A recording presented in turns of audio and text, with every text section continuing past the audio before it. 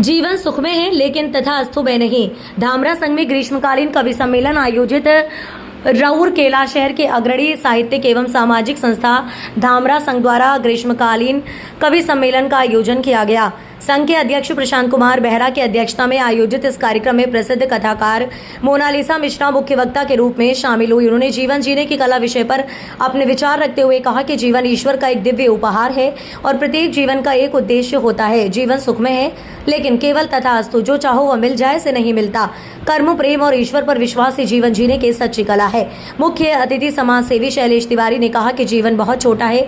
यदि इस छोटे से जीवन में हम किसी के चेहरे पर मुस्कान ला सकें तो वही ईश्वर का आशीर्वाद है और यही जीवन जीने की असली कला है।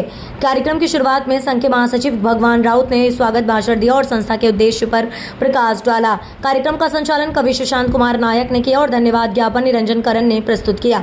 दूसरे सत्र में नलिनी प्रभा दास की अध्यक्षता तथा सुस्मिता महापात्र और मोनालिसा गौड़ के संयोजन में 48 कवियों ने अपनी कविताओं का पाठ किया। इस कार्यक्रम में शहर के विभिन्न साहित्यिक एवं सामाजिक संस्थाओं के सदस्य